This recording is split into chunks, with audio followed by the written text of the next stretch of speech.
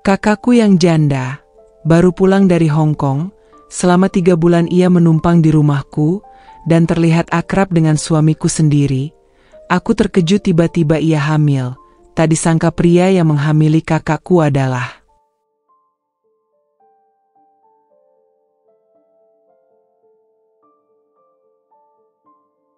Namaku Asih, usiaku 33 tahun. Sudah hampir 5 tahun aku menikah dengan Irwan, pria yang dulunya hanya teknisi motor biasa, sekarang sudah berhasil membuka bengkel kecil sendiri bersama sahabatnya, Rico. Hidup kami tak bisa dibilang mewah, tapi juga tidak pernah membuat kami harus menahan lapar. Cukup. Bahkan lebih dari cukup ketika ukurannya adalah ketenangan dan cinta. Kami tinggal di rumah kecil, peninggalan orang tuaku, di pinggir kota Sleman. Tak jauh dari rumah, hanya sekitar 15 menit naik sepeda motor, ada sebuah sekolah dasar negeri tempatku mengajar sebagai guru honorer. Meski gajinya kecil, aku mencintai profesiku. Anak-anak itu memberiku semangat setiap hari. Pagi-pagi sekali, suara motor tua Irwan sudah menyala di garasi yang kami ubah menjadi semi bengkel. Aku biasanya sedang menyiapkan sarapan saat itu. "Yang, ini kopimu, masih panas." Pelan-pelan, ucapku, meletakkan cangkir keramik di atas meja kecil di dekat pintu. Irwan menyambut dengan senyum mengembang. Wajahnya memang bukan tipe ganteng ala aktor Korea, tapi ada ketulusan yang tak pernah gagal membuat hatiku tenang. "Makasih, sayang. Kamu udah sarapan?" Aku menggeleng sambil menyapu sisa air di atas meja. "Belum. Nunggu kamu. Biar bareng." Ia tersenyum kecil, menyesap kopinya perlahan. "Hari ini kamu ngajar kelas siapa?" "Kelas 3. Tapi ada pengganti guru kelas 1 yang izin, jadi kemungkinan aku bolak-balik." Irwan mengangguk. "Kamu jangan terlalu capek ya. Kalau mulai pusing, langsung duduk." Aku terkekeh. Aku bukan tua, Irwan. Baru 33 tahun. Bukan soal umur. Aku cuma gak mau kamu sakit. Perhatiannya itu selalu membuatku terenyuh. Sejak awal menikah, Irwan bukan tipe pria romantis dengan bunga dan puisi. Tapi ia hadir. Dalam diamnya, ia menjaga. Kami memang belum dikaruniai anak.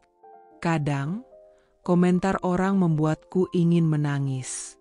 Tapi Irwan selalu berhasil menenangkan hatiku. Ingatanku kembali ke sore beberapa bulan lalu, saat kami keluar dari ruang praktik dokter kandungan di RS Sarjito. Dokternya bilang kondisi kamu sehat, rahim normal, ujarku, mencoba tersenyum meski mataku masih memerah karena menahan kecewa. Irwan menggenggam tanganku, erat. "Berarti tinggal nunggu waktu. Kita sabar, ya?" Kadang aku takut. Kalau ternyata yang salah itu aku. Suaraku tercekat. Irwan mendekat, menatap mataku. "Asih, kita ini bukan siapa yang salah. Kita ini satu. Aku dan kamu. Jadi jangan pernah merasa sendiri. Oke?" Tangisku jatuh di pelukannya hari itu. Dan sejak itu, aku tak pernah merasa benar-benar sendiri lagi. Kami rutin ikut program kehamilan. Obat, terapi hormon, vitamin, semua dijalani. Dan Irwan tak pernah absen menemaniku, meski harus meninggalkan bengkelnya seharian. Aku tahu, tak semua suami mau begitu. Kadang Rico, sahabatnya di bengkel, suka bercanda tentang itu. "Wan, kamu itu ya, kalau soal Asih, bengkelnya bisa tutup. Hebat bener lo cinta istri," kata Rico sambil tertawa. Irwan hanya menanggapi dengan senyum simpul. Tapi aku tahu, di balik diamnya, ada cinta yang tak pernah bisa disuarakan dengan kata-kata. Malam hari, setelah segala kesibukan selesai, kami akan duduk di beranda rumah, ditemani teh hangat dan suara jangkrik dari sawah di kejauhan. Aku kepikiran nama kalau nanti kita punya anak perempuan, kataku sambil menyender di bahunya. Hom. Irwan menoleh. Apa? Kirana. Artinya cahaya. Karena kamu adalah cahayaku. Irwan tertawa pelan, menggenggam tanganku. Kalau cowok? Gimana kalau Aruna? Dia mengangguk pelan. Bagus juga. Kami tertawa. Membayangkan sesuatu yang belum nyata. Tapi kami yakini akan datang sore itu. Aku baru saja selesai mencuci piring ketika ponselku berdering. Nomor yang muncul di layar membuat dadaku berdebar pelan. Sudah lama sekali nomor itu tak muncul. Dengan tangan sedikit gemetar, aku tekan tombol hijau. Halo? Sih, aku pulang hari ini. Bisa jemput di terminal? Aku terdiam sejenak. Suara itu sudah bertahun-tahun tak kudengar langsung. Lembut tapi terdengar berat, seakan membawa beban yang tak terlihat. Kak Harti? Serius ini? Hari ini pulang? Iya. Bus malam. Sampainya sekitar maghrib. Kamu bisa datang, kan? Ya Allah, tentu bisa. Aku bilang Irwan sekalian, ya? Nanti kita jemput bareng. Kakak sehat?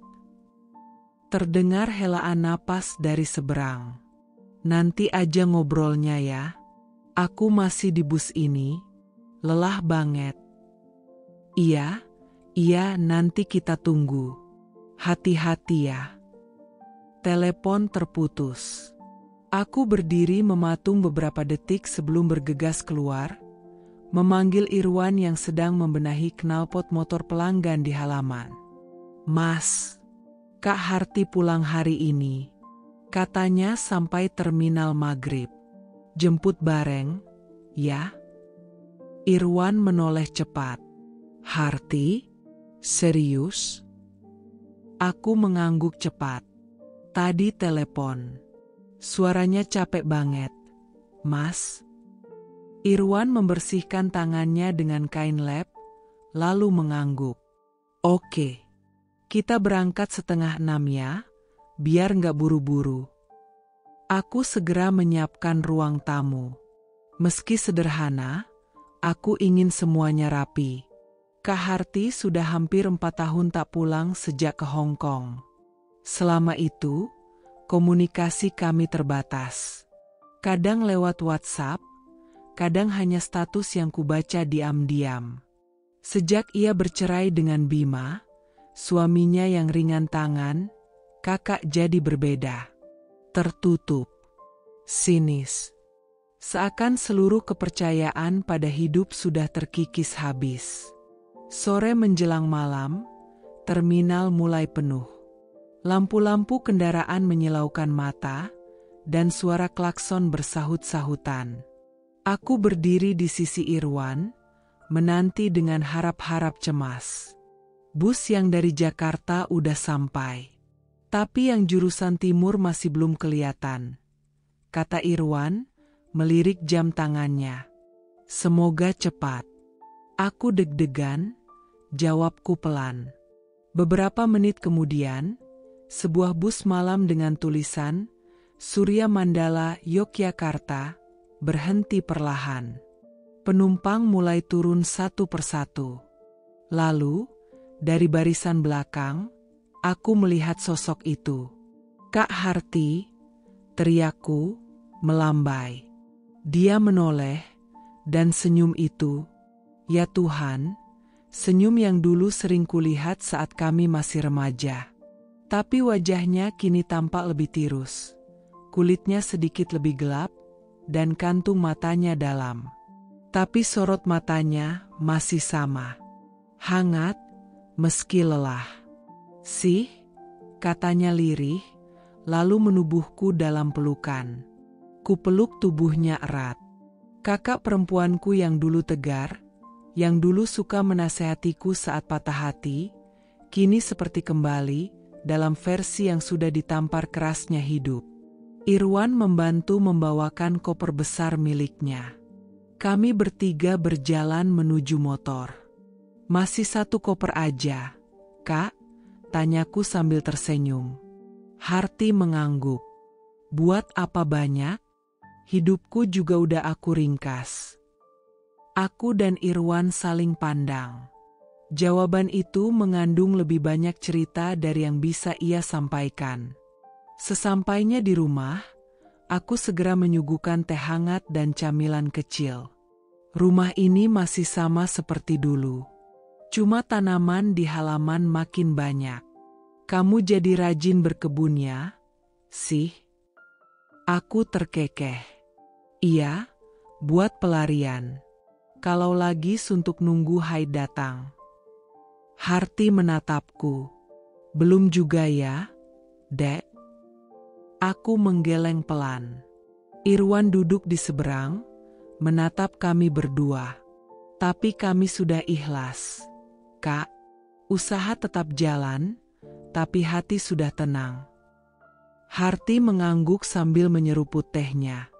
"Kalian beruntung. Masih bisa saling pegang tangan. Aku pulang ke tanah sendiri-sendiri." Perkataannya membuatku tercekat. Aku tahu kakak pasti membawa luka. Tapi aku belum siap mendengar semuanya malam ini. "Kak, mulai besok ngapain dulu? Istirahat aja dulu ya di sini. Nggak usah mikir kerja dulu." Ia mengangguk. "Aku nggak punya tujuan, sih. Jujur aja, pulang ini karena aku nggak kuat lagi di sana. Tiap malam tidur melek. Majikan makin kasar. Aku kirim duit ke anak juga rasanya kayak ngisi kolam yang bocor." "Anaknya gimana, Kak? Si Vina?" Harti menarik napas panjang. "Udah SMA, tapi makin jauh. Nggak pernah jawab pesan. Dia ikut bapaknya. Aku cuma kirim uang. Nggak tahu itu cukup buat beli cinta atau enggak." Aku menggenggam tangannya. "Dingin. Kamu nggak sendiri, Kak. Ada aku. Ada Irwan. Ini rumahmu juga." Irwan ikut bicara, lembut seperti biasa. "Iya, Mbak. Nggak usah sungkan. Di sini lebih enak dari Hong Kong. Kan? Di sini ada kopi sama gorengan." Harti terkekeh. Suara tawanya lirih, seperti baru belajar tertawa lagi. "Kalian ini masih sama. Kayak dulu. Aku kadang iri loh, lihat kalian. Tapi juga bahagia. Paling enggak, ada yang selamat dari semua ini." Malam itu kami habiskan dengan cerita lama. Potongan kenangan masa kecil, tentang saat aku dan Harti berebut boneka waktu kecil, atau saat Irwan pertama kali datang melamar dengan motor tua dan raut malu-malu. Tapi di balik semua itu, aku tahu, kehadiran Harti tak hanya membawa haru, tapi juga akan membuka pintu konflik baru. Masa lalunya, bekas luka itu, dan kemungkinan hubungan retak dengan anaknya.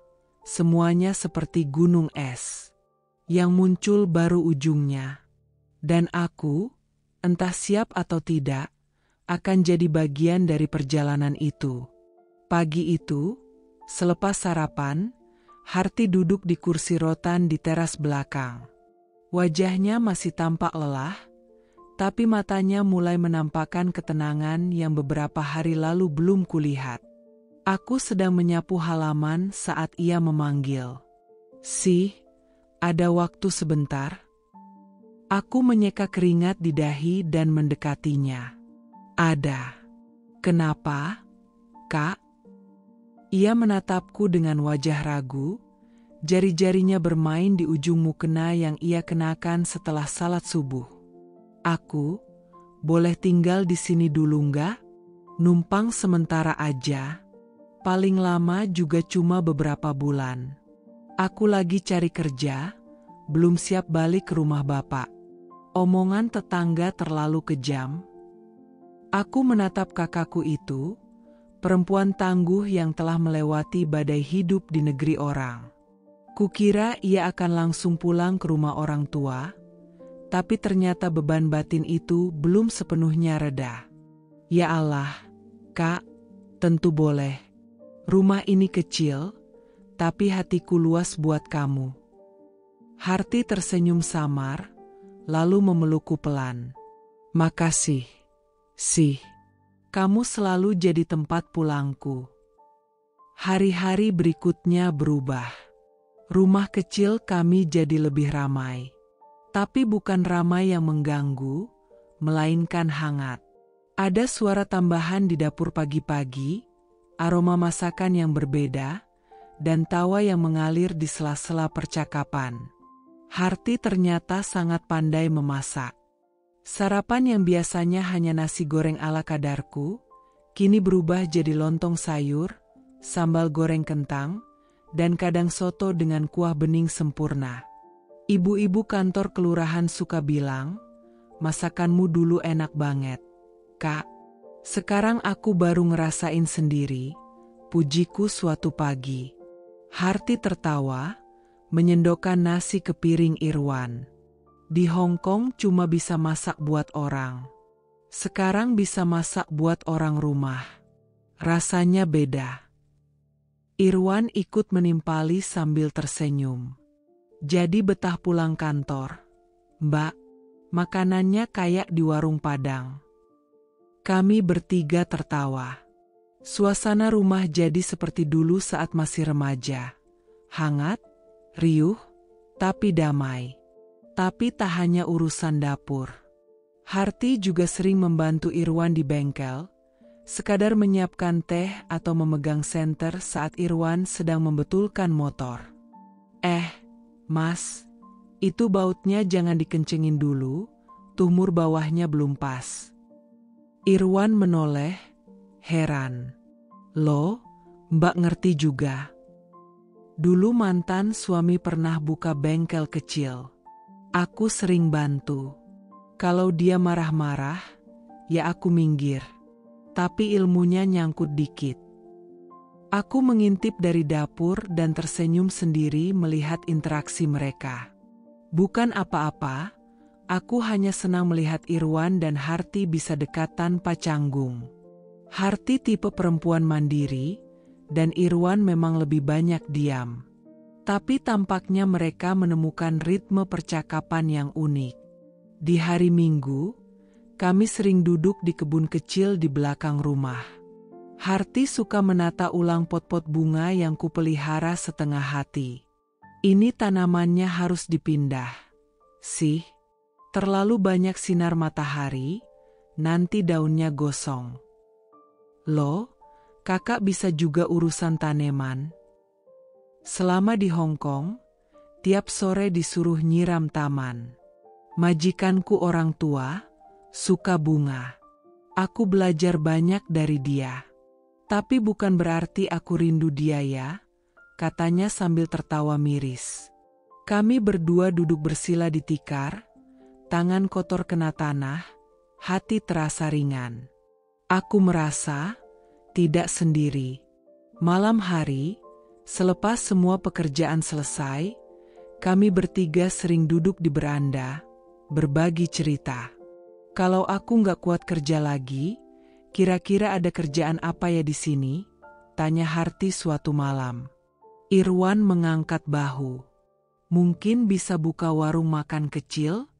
Mbak jago masak, si bisa bantu jualan. Aku mengangguk cepat. Bener tuh. Di sekitar sini belum ada yang jualan lontong sayur pagi-pagi. Padahal tetangga-tetangga banyak yang kerja kantoran. Bisa banget dicoba. Harti menatap kami, matanya berkaca-kaca. Dulu aku takut pulang. Takut jadi beban. Tapi sekarang, kalian bikin aku percaya, kalau pulang itu bukan berarti kalah. Aku menggenggam tangannya. Pulang itu keberanian, Kak. Dan kamu salah satu perempuan paling berani yang aku kenal. Tapi seperti kata orang, kadang terlalu nyaman bisa menipu. Aku mulai menyadari perubahan kecil. Bukan pada Harti, tapi pada Irwan. Ia jadi sering pulang lebih lambat dari biasa, katanya banyak pelanggan. Tapi kadang, saat malam, aku lihat ia melamun lebih sering. Kadang saat Harti berbicara, ia menatap sedikit lebih lama. Awalnya aku mengabaikan. Mungkin hanya lelah. Tapi batin seorang istri, sehalus apapun getarannya, tak pernah salah membaca angin. Suatu sore, saat aku masuk ke dapur, kudengar tawa mereka. Irwan sedang memperbaiki lampu dapur, dan Harti berdiri di kursi sambil memegang senter. Mas, itu bukan kabel lampu. Itu kabel dispenser. Ya ampun, tawa Harti pecah, renyah dan ringan. Irwan ikut tertawa. Ya Allah, malu aku. Untung Mbak lihat. Aku tersenyum kecil dari kejauhan. Tapi entah kenapa, ada sesuatu yang mengganjal di dadaku. Aku mencoba menepis prasangka. Ini kakakku. Ini suamiku. Mereka orang-orang yang kucintai. Tidak mungkin, bukan? Dan aku percaya itu. Aku ingin percaya. Tapi sejak kehadiran Harti, rumah kami memang jadi lebih hangat. Lebih hidup. Lebih berwarna. Tapi kehangatan yang terlalu lama kadang bisa membakar tanpa kita sadari. Dan aku, di titik ini, masih berpikir bahwa semua ini adalah berkah. Belum tahu bahwa badai pelan-pelan sedang merapat. Diam-diam. 2 minggu setelah kakakku, Harti, tinggal bersama kami, suasana rumah terasa lebih hidup dari biasanya. Ada tawa, ada cerita, ada aroma masakan yang tak pernah sama 2 hari berturut-turut. Tapi juga, ada sesuatu yang perlahan berubah. Sesuatu yang sulit dijelaskan dengan kata, tapi jelas terasa di dada. Pagi itu, aku pulang lebih awal dari sekolah karena salah satu guru mengadakan rapat mendadak. Saat motorku memasuki halaman, aku melihat Irwan dan Harti duduk berdua di teras depan. Di antara mereka ada 2 gelas kopi, setoples rengginang, dan tawa yang pecah bersamaan. Hangat, renyah, tapi bagiku, mulai terdengar asing. Ya ampun, Mas, masa kamu kecil takut sama ayam? Tawa Harti menggema, menggoyang kesunyian siang yang biasanya tenang. Iya, Mbak, itu ayam jago punya tetangga. Paruhnya bengkok, matanya serem. Aku kabur masuk got demi ngindarin, jawab Irwan sambil tertawa kecil.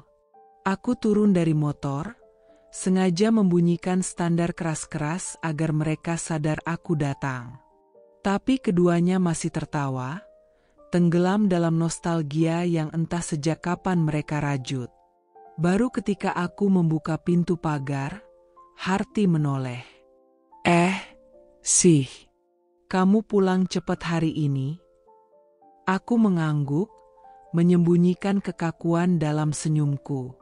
Iya, ada rapat dadakan.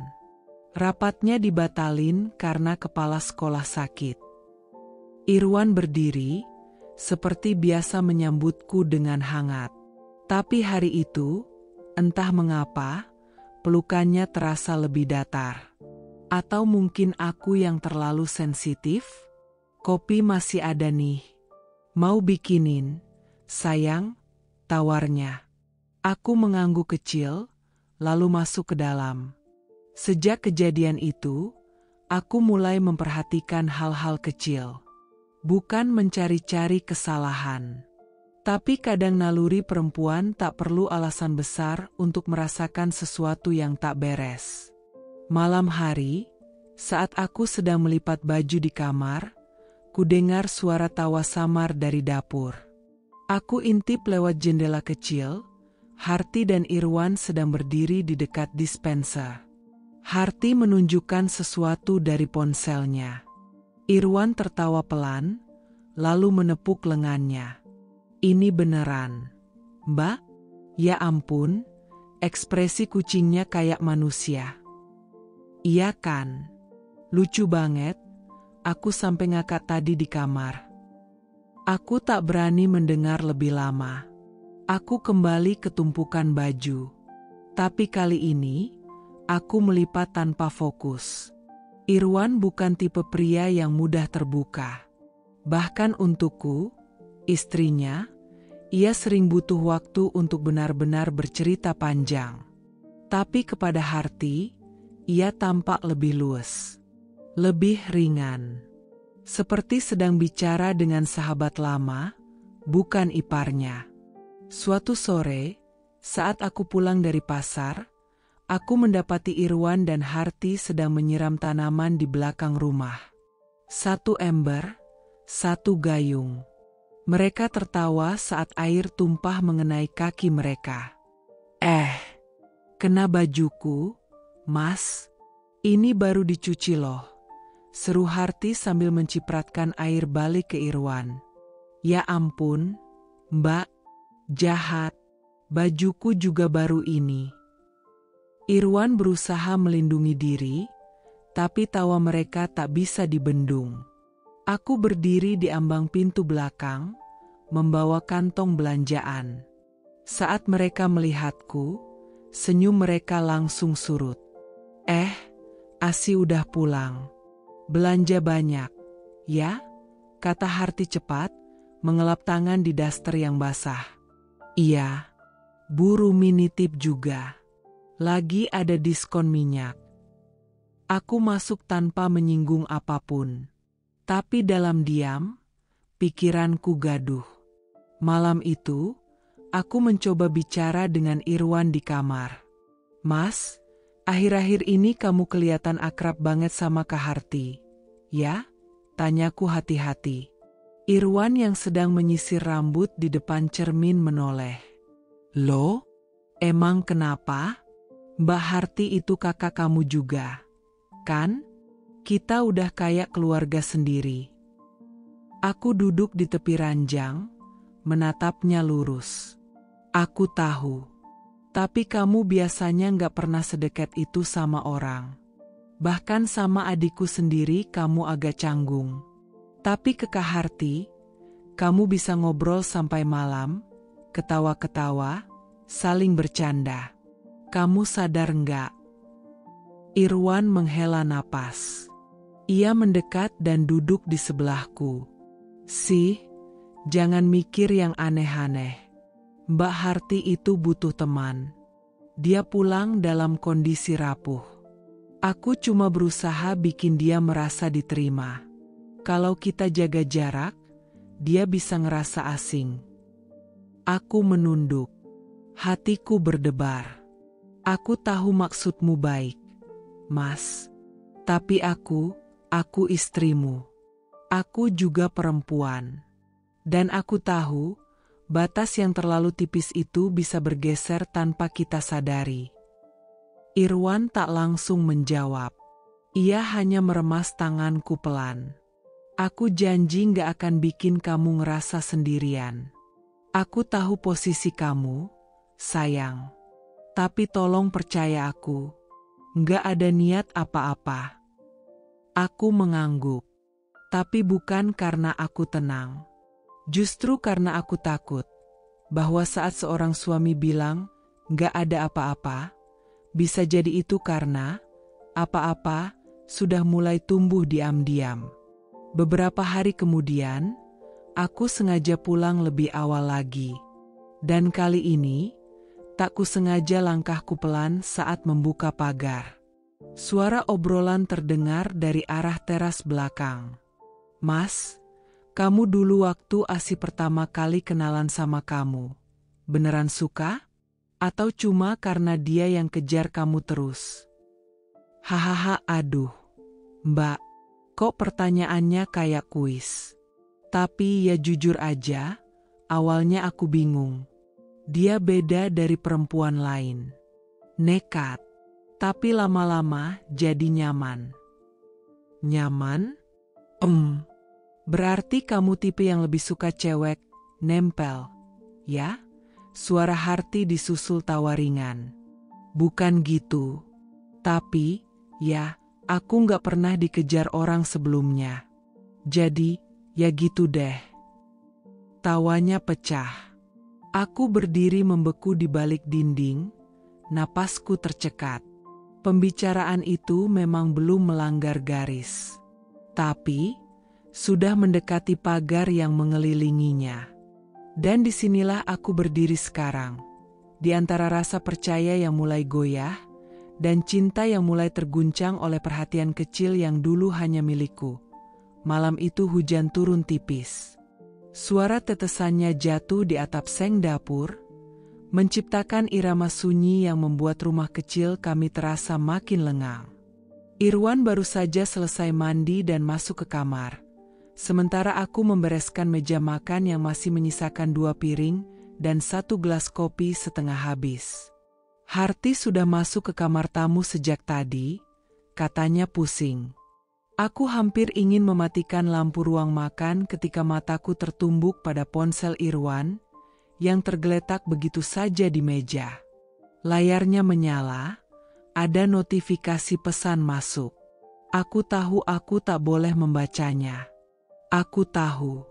Tapi, jari-jariku seolah digerakkan oleh rasa yang tak bisa kutolak. Dari siapa?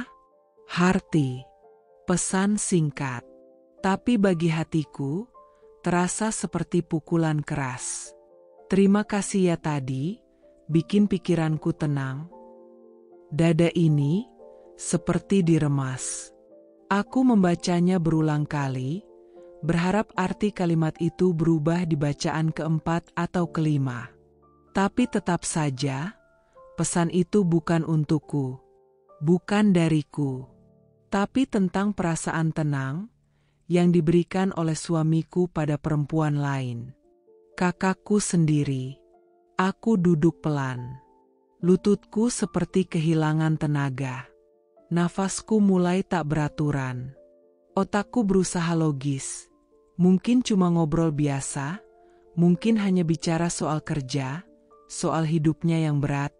Tapi hatiku menolak diam.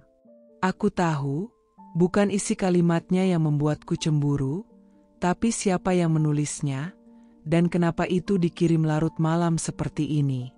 Beberapa menit kemudian, Irwan keluar dari kamar. Rambutnya masih basah, kaosnya kusut. "Sayang, kamu belum tidur?" tanyanya sambil mengambil handuk dari jemuran dekat pintu. Aku berdiri, masih memegang ponselnya. "Ini HP kamu ketinggalan. Ada pesan masuk." Ia mengangguk santai dan meraih ponselnya. Sekilas matanya menatap layar. "Oh, dari Mbak Harti." "Iya," aku baca. Irwan mendadak berhenti mengeringkan rambutnya. Suasana mendadak berubah. Senyumnya sirna, berganti dengan ekspresi kaku yang tak kupahami. "Kamu baca?" tanyanya, suaranya datar. Aku mengangguk. "Kenapa dia bilang kamu bikin pikirannya tenang? Kalian ngobrol tentang apa tadi?" Irwan menghela napas, lalu duduk di kursi dekat rak sepatu. Dia lagi cerita soal anaknya, Vina. Katanya siang tadi dia nelpon, tapi Vina malah bilang jangan ganggu hidupnya. Mbak Harti nangis. Aku cuma dengerin. Dan itu cukup untuk dia merasa tenang. Tanyaku, mencoba menahan getar di suaraku.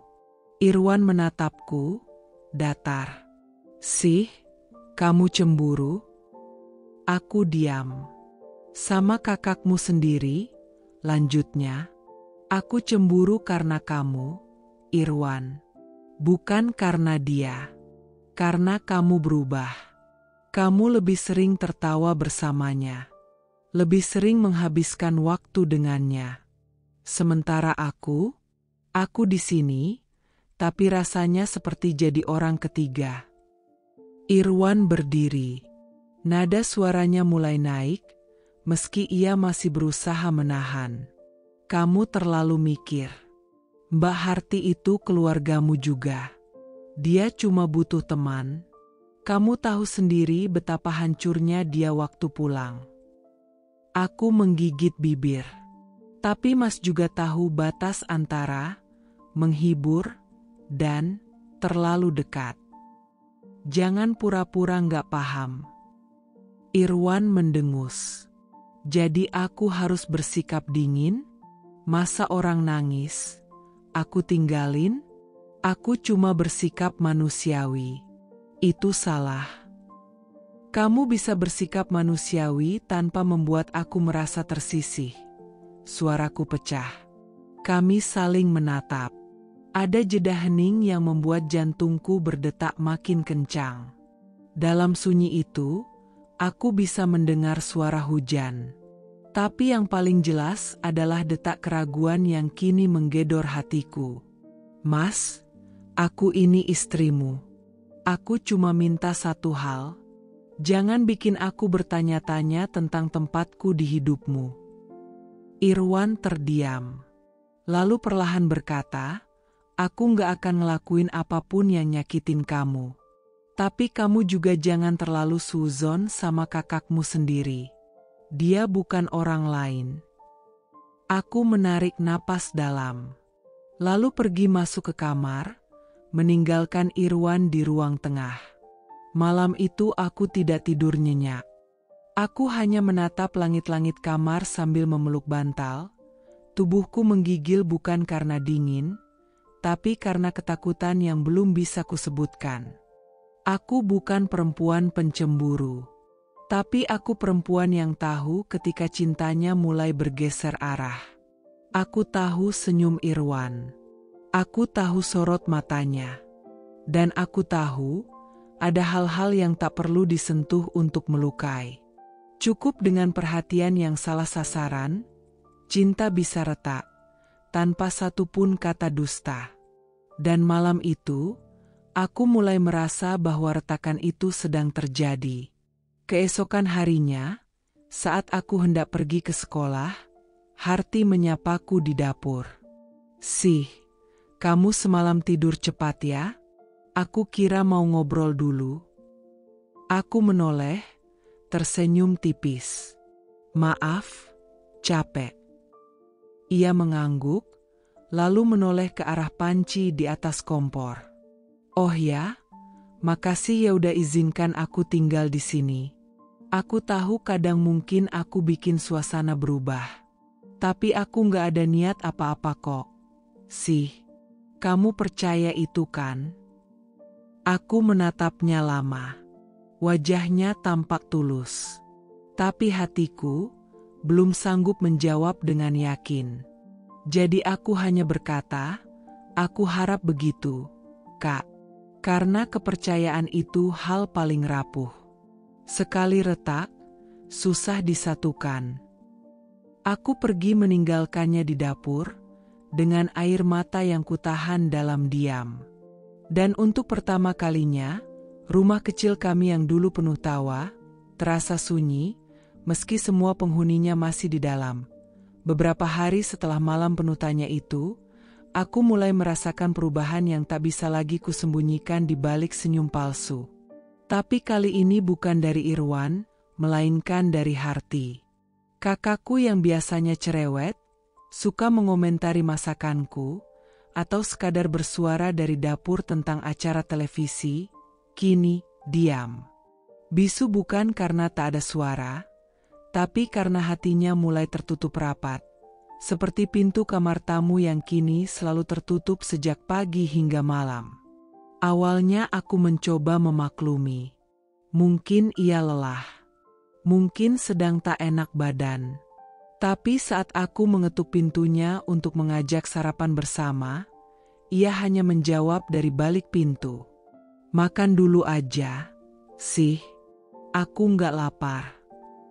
Siangnya, aku sengaja menyiapkan sayur kesukaannya, lodeh labu kuning dan tempe goreng tepung. Aku menaruh piring di meja makan, menunggunya keluar kamar. Tapi hingga nasi kami hampir habis, Harti tak kunjung muncul. Irwan menoleh padaku, nadanya canggung. Mbak Harti nggak makan bareng? Aku menggeleng. Katanya belum lapar. Tak ada yang kami bahas lebih lanjut, tapi suasana makan siang itu dingin. Bahkan suara sendok yang membentur piring terasa seperti denting kegelisahan yang tak ada jawabnya. Malam harinya, aku mendengar suara pintu dapur terbuka pelan. Aku melangkah keluar kamar dan melihat Harti duduk sendiri di meja makan. Di depannya semangkuk nasi sisa dan segelas air putih. Kak, kenapa nggak makan dari tadi? Aku masak lodeh. Loh, kamu suka, kan? Harti hanya mengangguk, lalu menyendok nasinya pelan. Perutku agak mual tadi, baru sekarang enakan. Aku duduk di seberangnya, mencoba mencairkan suasana. Besok aku libur. Loh, kita ke pasar yuk? Kamu masih pengin bikin bakwan jagung? Harti mengunyah tanpa menjawab. Lalu akhirnya berkata pendek, lihat nanti aja. Aku mencoba tersenyum, tapi senyum itu menggantung di udara, tak mendapat sambutan. Setelah selesai makan, ia berdiri, mencuci piring sendiri, lalu langsung masuk kamar lagi tanpa menoleh. Tak ada, terima kasih. Tak ada, selamat malam. Dan malam itu, aku duduk sendirian di ruang tamu, menatap ruang kosong yang dulu penuh canda, kini hanya diisi bisu dan bayangan. Besok paginya, aku mencoba bicara lagi. Saat Harti sedang menyiram tanaman di belakang rumah, aku menyusul, membawa 2 cangkir teh. Kak, ada yang mau dibicarakan? Belakangan kamu kayak beda. Harti tak menoleh. Ia tetap menyiram pot bunga dengan tenang. Beda gimana? Aku biasa aja. Enggak, kamu berubah. Kamu nggak sehangat dulu. Nggak cerita apa-apa lagi. Jangankan ngobrol, lihat mataku aja udah jarang. Aku ngerasa ditolak di rumahku sendiri. Kali ini Harti menoleh. Tatapannya dingin. Bukan marah. Tapi seperti seseorang yang sudah membentengi dirinya terlalu tinggi untuk disentuh. Aku cuma nggak mau ganggu kamu. Kamu juga udah sibuk dengan pikiranmu sendiri. Aku tahu kamu ngerasa nggak nyaman aku di sini. Aku tertegun. Siapa bilang aku nggak nyaman? Kakak salah paham. Aku butuh penjelasan. Kenapa mendadak dingin? Kita ini kakak adik. Kenapa malah kayak orang asing? Harti menghela napas panjang. Lalu, suaranya lirih tapi tegas. Karena aku mulai sadar, semakin lama aku di sini, aku makin gak tahu harus bersikap gimana. Aku gak pengin disalahpahami. Gak pengin bikin retak rumah tangga kamu. Jantungku berdegup lebih cepat. Kak, maksudmu apa? Harti meletakkan gayung, lalu menatapku langsung. Aku dengar kamu dan Irwan bertengkar malam itu. Tentang aku, tentang kedekatan kami. Dan sejak itu, aku ngerasa kayak benalu. Aku nggak nyaman jadi topik di balik pintu kamar kalian. Jadi maaf kalau aku memilih menjauh. Aku tercekat. Ternyata ia tahu. Ternyata ia dengar. Aku nggak tahan lihat kalian terlalu akrab. Aku takut. Aku cemburu. Tapi bukan karena aku nggak percaya kamu, Kak. Aku takut kehilangan Irwan. Suaraku nyaris berbisik. Untuk pertama kalinya sejak tinggal di rumah ini, aku melihat mata Harti berkaca-kaca. Dan kamu pikir aku nggak takut kehilangan kamu? Balasnya. Kamu satu-satunya keluarga yang masih percaya padaku waktu aku pulang dari Hong Kong. Tapi aku juga perempuan. Aku tahu kapan harus berhenti tinggal di tempat yang bisa menimbulkan salah paham. Aku menatap wajahnya lama, hatiku bergolak antara lega dan luka. Kak, kamu mau pergi? Ia menunduk, lalu mengangguk. Mungkin bukan sekarang. Tapi aku harus mulai siap-siap. Aku udah tanya-tanya kerjaan di kios tetangga. Katanya butuh penjaga toko. Aku bisa ngontrak kecil di seberang. Tapi ini rumahmu juga. Enggak, ini rumah kamu dan suamimu. Aku hanya numpang. Dan aku nggak mau numpang terlalu lama sampai perasaan jadi keruh. Aku mendekatinya, menggenggam tangannya. Kalau kamu pergi, rumah ini akan terasa kosong. Tapi kalau kamu tetap tinggal, aku butuh kamu jujur, sama perasaanmu sendiri, dan sama aku. Harti memejamkan mata. Aku akan jujur. Tapi mungkin bukan hari ini. Aku butuh waktu. Hari-hari berikutnya semakin dingin. Harti tak langsung pergi. Tapi ia mulai mengemas barang-barangnya. Ia lebih banyak di kamar. Dan saat kami bertiga makan bersama, hanya suara sendok dan piring yang terdengar. Tak ada candaan. Tak ada cerita. Irwan tampak kebingungan, tapi ia tak banyak bicara. Aku tahu, ia mulai menyadari bahwa kehangatan yang dulu membuat rumah ini hidup, kini mulai berubah menjadi kegugupan yang membekukan. Dan aku hanya bisa berdoa dalam diam. Semoga keheningan ini bukan pertanda bahwa aku sedang kehilangan satu-satunya orang yang selalu kupanggil, Kakak. Sejak Harti mulai menjauh dan sibuk dengan urusannya sendiri, aku berharap rumah ini bisa kembali seperti semula. Setidaknya, kembalinya kehangatan antara aku dan Irwan. Tapi yang terjadi justru sebaliknya, Irwan pun ikut berubah. Kami jarang mengobrol seperti dulu.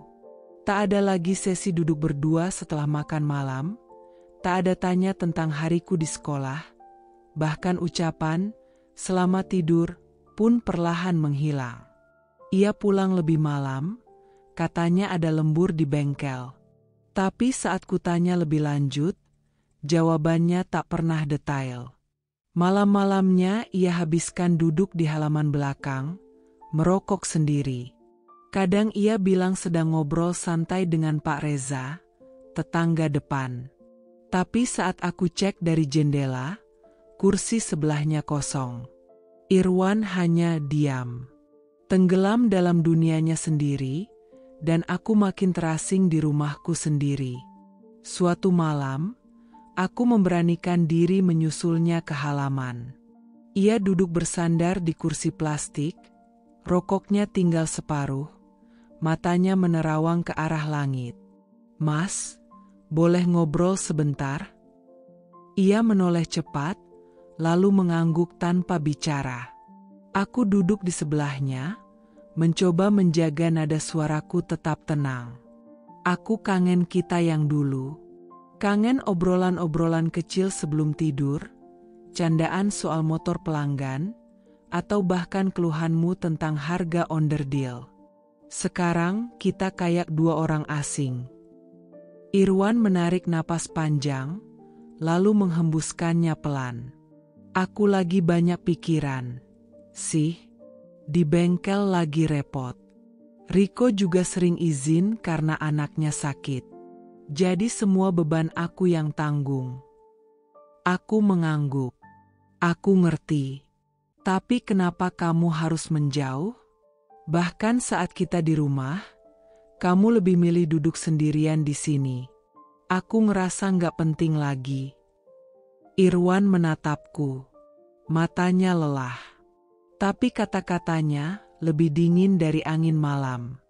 Karena setiap kali aku buka mulut, kamu selalu nyerang.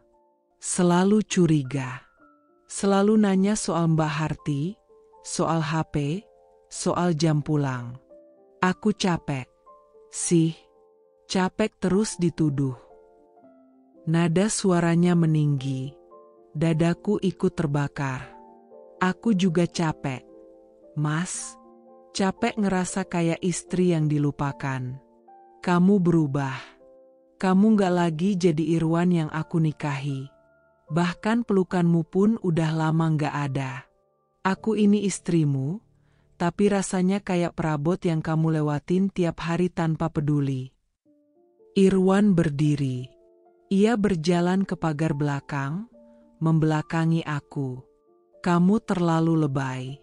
Semua masalah kecil dibesar-besarin. Aku gak selingkuh. Aku cuma butuh tenang. Itu aja. Aku mengejarnya, air mata mulai menggenang. Kalau kamu butuh tenang, kenapa bukan aku yang kamu cari? Kenapa kamu lebih milih kesunyian daripada aku? Apa kamu beneran udah gak sayang? Ia tak langsung menjawab. Lalu pelan, suaranya keluar, serak dan menohok. Aku gak tahu, Aku bingung. Aku ngerasa gak bisa jadi diri sendiri kalau terus-terusan dicurigai. Kamu berubah. Kamu keras. Kamu nyakitin aku dengan kata-kata kamu. Aku mematung. Nafasku tercekat. Dan kamu pikir aku gak sakit? Aku nahan semuanya sendiri. Aku cemburu bukan karena aku bodoh, tapi karena aku takut kehilanganmu. Kamu pernah lihat aku nangis di kamar? Pernah? Enggak, karena aku tahan semuanya sendiri. Irwan menoleh, suaranya lebih pelan, tapi dingin. Mungkin kita butuh waktu, Jar, supaya kepala kita dingin. Maksudmu pisah? Tanyaku tercekat. Enggak tahu, aku cuma pengin sendiri. Pengin gak merasa dicekik setiap pulang ke rumah. Kata-kata itu seperti cambuk di dadaku. Aku terdiam. Dunia rasanya berhenti berputar sesaat. Malam itu aku tidur di kamar sendirian. Irwan tidak masuk kamar sampai pagi. Saat aku bangun, ia sudah tidak ada. Pintu belakang terbuka sedikit. Gelas kopi masih hangat.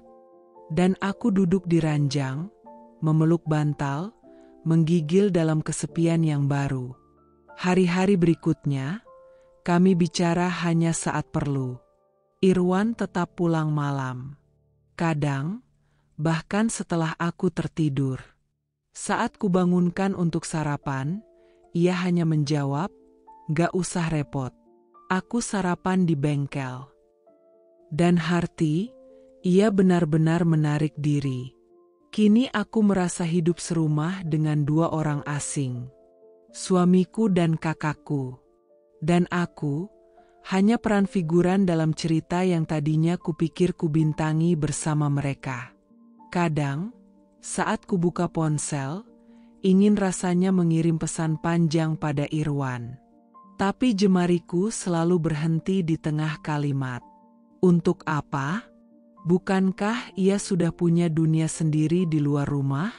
Suatu malam, aku berdiri di depan cermin, menatap wajahku yang lelah. Rambutku kusut, mata sembab, dan senyumku, samar, nyaris tak ada. Lalu aku bertanya pada pantulan itu, apa salahku? Apa aku terlalu berharap dicintai seperti dulu? Tetapi pantulan itu tak menjawab. Dan malam itu, untuk pertama kalinya, aku merasa benar-benar sendirian, bahkan dalam pernikahanku sendiri. Aku merasa rumah ini makin sesak. Bukan karena ruangnya sempit, tapi karena hatiku yang penuh dengan tanya. Ketegangan menggantung di langit-langit seperti sarang laba-laba, menjerat napasku setiap kali aku melangkah ke dapur, ruang tamu, bahkan kamar sendiri. Setiap detik bersama Irwan terasa seperti berjalan di atas pecahan kaca. Kami saling diam, lalu saling bicara hanya untuk bertengkar. Harti pun makin tak terlihat. Ia menghindari setiap percakapan yang melibatkan aku, bahkan kini memilih sarapan saat aku sudah pergi bekerja. Aku tahu aku tak bisa terus begini. Maka sore itu, saat hujan baru saja reda dan tanah masih basah oleh rintik yang tersisa, aku naik motor dan melaju ke rumah orang tuaku. Di sana, ibu sedang duduk di serambi, merajut sambil mendengarkan radio tua yang mengalun lagu keroncong. "Ibu, aku boleh cerita?" tanyaku pelan. Ibu menoleh, senyum lembutnya masih seperti dulu. "Tentu boleh. Kamu ini anak ibu. Duduk sini." Cerita pelan-pelan. Aku duduk, lalu mengisahkan segalanya, tentang perubahan sikap Irwan, kedekatannya dengan Harti, pesan-pesan di ponsel, hingga bagaimana hatiku tercabik-cabik setiap malam tidur dalam kesunyian. Ibu mendengarkan tanpa menyela.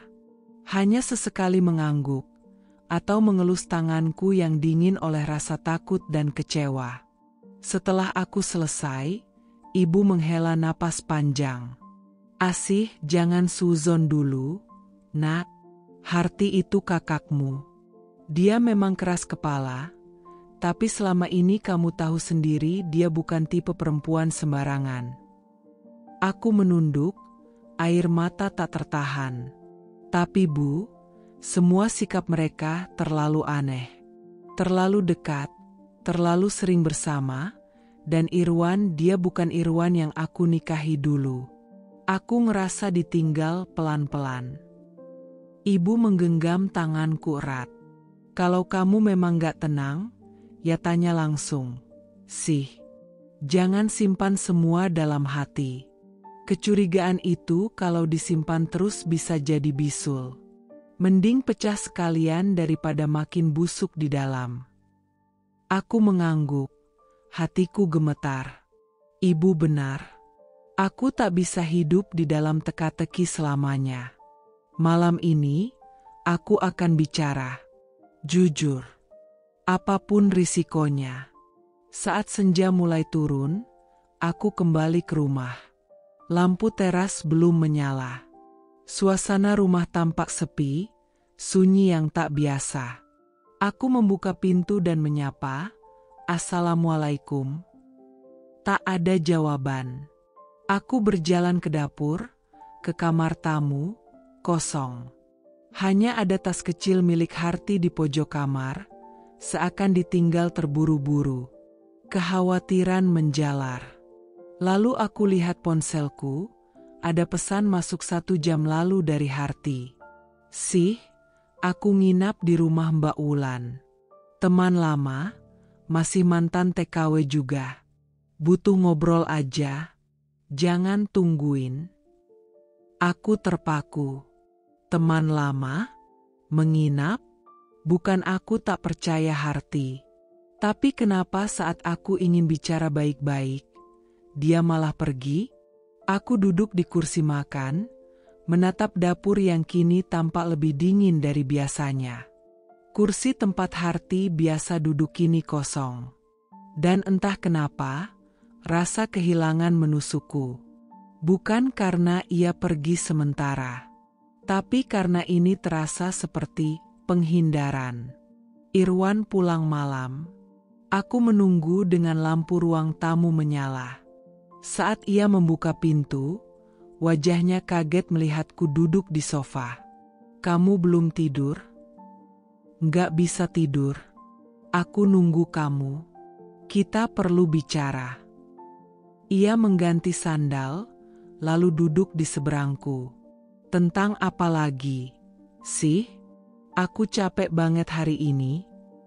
Tentang Harti. Dia nggak pulang. Katanya nginap di rumah temannya. Kamu tahu soal ini? Irwan mengangkat bahu. Tadi siang dia bilang mau keluar sebentar. Tapi aku nggak tahu nginap. Emangnya kenapa? Kenapa nggak ada yang cerita padaku? Rumah ini rumahku juga, Mas.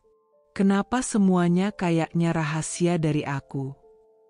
Irwan menatapku, matanya mulai merah. Bukan rahasia. Kamu aja yang selalu mikir kemana-mana. Semua gerak aku, semua omongan Harti, kamu curigai. Kita ini hidup dalam rumah yang penuh ketegangan. Sih, aku capek. Aku berdiri, tak tahan lagi. Dan aku ini siapa di rumah ini? Istri yang cuma dicurigai lebay? Atau boneka yang harus diam sementara kalian makin dekat? Udah, kamu selalu bawa-bawa Harti dalam semua omonganmu. Kenapa nggak kamu tanya langsung ke dia? Tanya, kamu tuh beneran mikir kakakmu sendiri punya niat buruk? Aku menunduk. Aku sudah mau tanya, tapi dia malah pergi. Dan kamu pun menghindariku. Kalian dua-duanya mulai menjauh. Aku cuma minta satu hal, Mas. Jujur. Apa aku masih berarti? Atau kamu udah nemu kenyamanan di tempat lain? Irwan menatapku lama. Tapi kali ini, ia tidak menjawab. Sunyi yang ia biarkan menggantung di udara terasa lebih menyakitkan dari kata apapun. Lebih menghancurkan dari makian. Karena diam itu menyimpan banyak arti. Dan semuanya menyakitkan. Pagi itu matahari belum tinggi ketika aku mendengar suara gaduh dari dapur. Suara sendok jatuh, lalu langkah tergesa. Aku bergegas keluar dari kamar, dan di sanalah aku melihatnya. Harti terduduk di lantai, wajahnya pucat, tangannya menggenggam perut. Kakak kenapa? Aku langsung menghampiri, panik. Ia menoleh lemah, wajahnya berkeringat dingin. Aku mual, tiba-tiba pusing. Ayo ke puskesmas. Sekarang juga. Kamu nggak bisa begini terus. Tapi Harti menepis tanganku pelan. Jangan ke puskesmas. Nggak usah rame-rame. Aku cuma masuk angin. Masuk angin apa sampai hampir pingsan? Bentakku, tak tahan lagi melihatnya keras kepala. Aku nggak bisa diam aja kalau kamu begini, Kak. Aku membantu Harti duduk di kursi dapur, menyodorkan air putih. Tapi ia menolaknya. Wajahnya pucat pasi, dan perutnya tampak sedikit tegang. Aku merasa ada yang aneh. Ini bukan sekadar masuk angin biasa. Karena ia tetap ngotot tak mau ke puskesmas. Aku akhirnya berlari keluar dan memanggil Bu Rumi, bidan di gang belakang yang sering menolong warga sekitar untuk periksa ringan atau imunisasi anak. Tolong ke rumah sebentar. Bu, kakak saya pingsan. Saya takut kenapa-napa. Tanpa banyak tanya, Bu Rumi langsung membawa tas kecilnya dan menyusulku pulang. Sesampainya di rumah, Harti sudah berbaring di sofa. Napasnya mulai teratur, tapi matanya tetap sayu. Saya periksa sebentar ya, Mbak Harti, ujar Bu Rumi, sopan tapi sigap. Aku ikut memegang lengan kakakku, membantunya duduk. Ia sempat protes, tapi akhirnya pasrah. Setelah beberapa menit, Bu Rumi meraba perut Harti dengan perlahan, lalu memeriksa denyut nadi dan tekanan darah. Dan kemudian ia menatapku sebentar, lalu berkata pelan, Bu Asih, saya boleh bicara sebentar di dapur. Aku mengangguk dan mengikutinya ke belakang. Suasana dapur sepi, hanya ada suara tetesan air dari keran yang bocor. Bu Rumi berdiri membelakangi jendela, cahaya pagi menerpa wajahnya. Saya nggak mau bikin ibu panik. Tapi dari gejala dan perabaan perut tadi, sepertinya kakak ibu sedang hamil. Rasanya seperti ada palu menghantam dadaku. Apa? Hamil? Kakak saya? Bu Rumi mengangguk pelan. Mungkin masih sangat muda usia kehamilannya. Tapi perutnya mulai membentuk, dan detak jantungnya pun menunjukkan tanda-tanda itu. Tapi saya sarankan periksa resmi ke dokter kandungan untuk pastinya. Aku terdiam. Lidahku keluh. Otakku sibuk menolak. Tapi hatiku tahu, ini bukan mimpi. Ini kenyataan. Tapi dia belum menikah lagi, ucapku lirih, lebih pada diriku sendiri. Bu Rumi menatapku dalam, lalu menepuk lenganku. Saya pamit dulu, Bu Asih. Nanti kabari kalau mau periksa lanjut. Ya, tapi tolong jaga perasaannya. Orang hamil itu sensitif. Aku mengangguk dengan kaku. Saat aku kembali ke ruang tamu, Harti sudah duduk dengan selimut di pangkuan. Tatapannya kosong menembus kaca jendela. Aku duduk di sebelahnya. Lama kami tak bicara. Hanya suara jam dinding yang berdetak pelan. Lalu aku bertanya, suara serak, "Kak, siapa ayah dari anak itu?" Harti menoleh cepat, matanya membelalak. Kamu tahu?" Aku mengangguk. Bu Rumi cerita. Dia nggak bisa nutup-nutupin. "Kak, kenapa kamu nggak bilang apa-apa dari tadi? Kenapa kamu simpan semua sendiri?" Wajah Harti mendadak tegang. Bibirnya gemetar. "Karena aku takut. Takut kamu marah. Takut kamu nggak percaya. Aku sendiri bahkan belum tahu harus bagaimana. Aku baru yakin 2 hari ini, itu pun karena badan ini makin aneh." "Siapa? Kak? Siapa ayahnya?" Ulangku lagi, kini lebih tajam. Harti menggigit bibirnya. Matanya berkaca-kaca. "Jangan tanya itu, tolong. Jangan tanya dulu. Aku nggak siap jawab." Jantungku berdetak keras. "Jangan bilang itu Irwan." Harti langsung berdiri, panik. "Enggak, bukan. Demi Tuhan, bukan Irwan. Jangan tuduh dia. Aku nggak akan tega ngelakuin itu ke kamu. Tapi kamu nginep di luar, kamu berubah, kamu hamil tanpa penjelasan. Kak, aku istrimu maksudku, aku adikmu. Aku berhak tahu."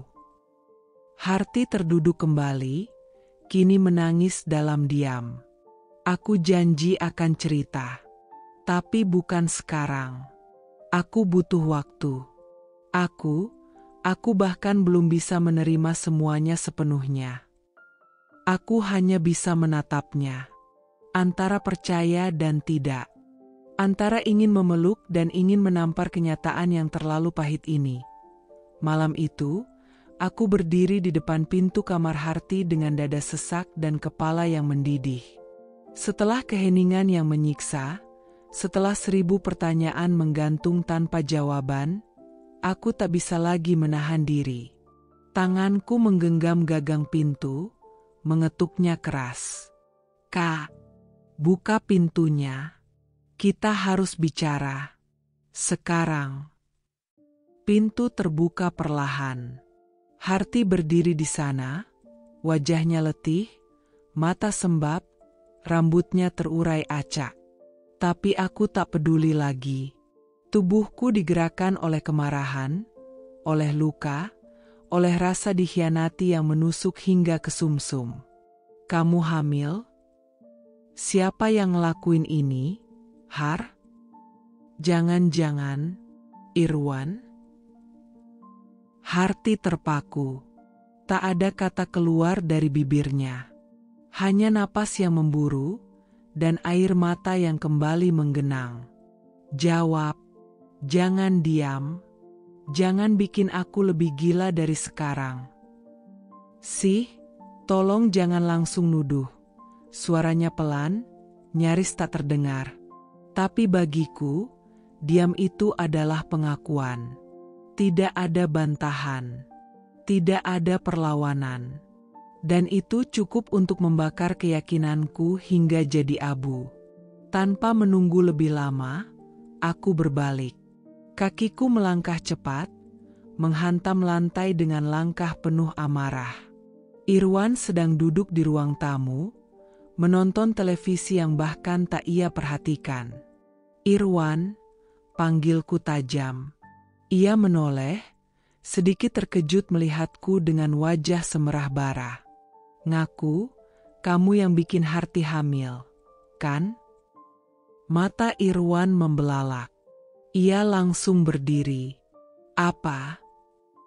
Kamu bilang apa barusan? Jangan pura-pura bego. Aku tahu dia hamil.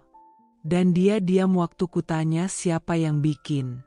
Aku tahu kalian makin dekat. Aku bukan bodoh, Irwan. Irwan melangkah maju, wajahnya memerah, tangannya mengepal. Kamu gila. Sih? Kamu pikir aku seburuk itu? Aku suamimu. Dan dia kakak iparku. Kamu pikir aku gak punya otak sampai ngelakuin itu sama kakakmu? Lalu kenapa dia diam waktu aku tanya? Kenapa kalian begitu dekat? Sering berduaan di teras. Ngopi berdua. Ketawa-tawa kayak gak ada aku di rumah ini. Kalian pikir aku nggak lihat? Nggak merasa? Kita tinggal serumah. Mau gimana aku bisa hindarin dia? Kamu sendiri yang suruh dia tinggal di sini. Dan sejak dia datang, kamu jadi berubah. Curigaan, kasar, dingin. Kamu pikir aku betah terus-terusan dijadikan terdakwa atas hal yang bahkan gak aku lakuin? Aku menahan tangis. Tapi suara Irwan yang meninggi membuatku tambah bergetar. Kamu tahu rasanya jadi istri yang ngerasa dikhianati di rumah sendiri? Kamu tahu rasanya curiga sama suami sendiri itu kayak apa? Itu nggak enak, Irwan. Nggak enak. Irwan memejamkan mata, menggenggam rambutnya sendiri. Astaga, sih. Aku capek. Aku benar-benar capek. Dituduh tanpa bukti, dihukum tanpa pengadilan. Aku kerja banting tulang buat rumah ini, buat masa depan kita. Dan yang aku dapat? Fitnah. Kecurigaan. Kalau kamu memang gak salah, buktikan. Tunjukin aku kamu layak dipercaya. Jangan terus sembunyi di balik kalimat, aku capek. Karena aku juga capek, Irwan. Tapi aku gak pernah berhenti memperjuangkan kita. Irwan menatapku. Kali ini tatapannya bukan marah, tapi kecewa. Sangat kecewa. Kalau kamu benar-benar percaya sama aku, kamu gak akan nanya pertanyaan sekejam itu. Ia mengambil jaketnya dari gantungan. Mau kemana? Aku bertanya, suaraku pecah. Keluar. Sebelum aku benar-benar hilang kendali dan menyakiti kamu, aku pergi. Karena aku gak mau tinggal di rumah yang dipenuhi tuduhan dan kebencian. Irwan, jangan pergi. Kita belum selesai. Aku mencoba menahannya, tapi ia sudah membuka pintu, menutupnya dengan keras, meninggalkanku berdiri sendiri di ruang tamu yang kini terasa lebih dingin dari es. Hening. TV masih menyala. Tapi suaranya samar, seperti bayangan masa lalu yang tak lagi berarti. Aku terduduk di lantai, tubuhku gemetar. Air mata mengalir deras, menenggelamkan amarah dan rasa bersalah yang mulai tumbuh di dadaku. Lalu dari kejauhan, suara langkah kaki mendekat. Harti berdiri di ujung tangga, wajahnya hancur. "Maafkan aku," bisiknya. Aku menatapnya, tapi tak bisa berkata apa-apa. Luka di hatiku terlalu baru, terlalu terbuka, terlalu dalam untuk dijahit saat itu juga. Malam menjelang dengan udara yang begitu panas meski hujan baru saja turun. Hawa rumah kami pun tak kalah panasnya. Dada ini sudah terlalu penuh, sesak oleh amarah, luka, dan rasa dikhianati yang kian membengkak. Aku berdiri di depan kamar Harti. Nafasku memburu. Pandanganku kabur oleh air mata, tapi hatiku membara. Tak ada lagi ruang untuk tenang. Semua yang kutahan selama ini pecah. Tanpa banyak bicara, aku mendorong pintu kamar Harti hingga terbuka. Ia sedang duduk di tepi ranjang, menatap lantai dengan wajah sayu. Aku tak peduli. Aku membuka lemari dengan kasar, menarik keluar bajunya satu persatu, lalu melempar koper yang tersandar di pojok kamar. "Kemas barangmu. Sekarang juga. Keluar dari rumahku." Harti mendongak, matanya membelalak. "Asih, jangan begini, aku mohon. Kamu pikir aku masih bisa lihat wajahmu di rumah ini? Setelah semua ini? Setelah kamu bikin aku merasa rumahku sendiri seperti neraka?" Tanganku sibuk memasukkan pakaian-pakaian Harti ke dalam koper tanpa rapi. Bajunya terlipat tak karuan, sebagian jatuh ke lantai, tapi aku tak peduli. Aku hanya ingin dia pergi.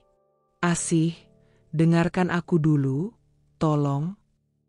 Aku udah cukup dengar diam-diam kalian bicara, bisik-bisik, tertawa di belakangku. Udah cukup lihat kamu hamil tanpa tahu siapa ayahnya, lalu diam 1000 bahasa seolah aku ini bodoh." Harti menitikkan air mata. Tapi untuk pertama kalinya, dia tidak melawan. Dia tidak membela diri. Ia hanya menerima semua makianku dalam sunyi. "Pergi. Keluar dari rumahku. Aku gak butuh kakak pengkhianat." Suaraku gemetar, setengah berteriak. Tepat saat aku menarik koper keluar kamar, Irwan muncul dari ruang tengah. Ia melihat koper itu, melihatku yang menangis sambil mendorong barang-barang Harti ke depan pintu. Tapi dia hanya berdiri diam, seperti batu. Wajahnya datar, matanya kosong. "Kamu cuma diam aja, Irwan. Ini semua karena kalian. Dan kamu bahkan gak berusaha cegah aku." Aku teriak padanya, putus asa. Irwan membuka mulut, tapi tak ada suara yang keluar. Lalu dia menunduk, memalingkan wajahnya. Sakitnya bukan main. Bahkan jika dia menyangkal tuduhanku, setidaknya dia bisa berdiri di antara kami. Tapi dia memilih diam. Dan diam itu, bagiku, sudah cukup sebagai bentuk pengkhianatan. Aku menyeret koper Harti ke teras. Gerimis mulai turun. Tapi aku tak peduli. "Ambil itu. Dan jangan pernah kembali ke rumah ini, Har." Harti akhirnya melangkah, dengan langkah lemah, memeluk kopernya sendiri. "Maaf, maaf aku gak bisa jelaskan semuanya sekarang. Tapi bukan karena aku pengkhianat. Aku cuma manusia yang terluka. Tapi kalau dengan aku pergi kamu bisa tenang, aku akan pergi." Lalu ia berjalan menembus hujan, tanpa payung, tanpa arah.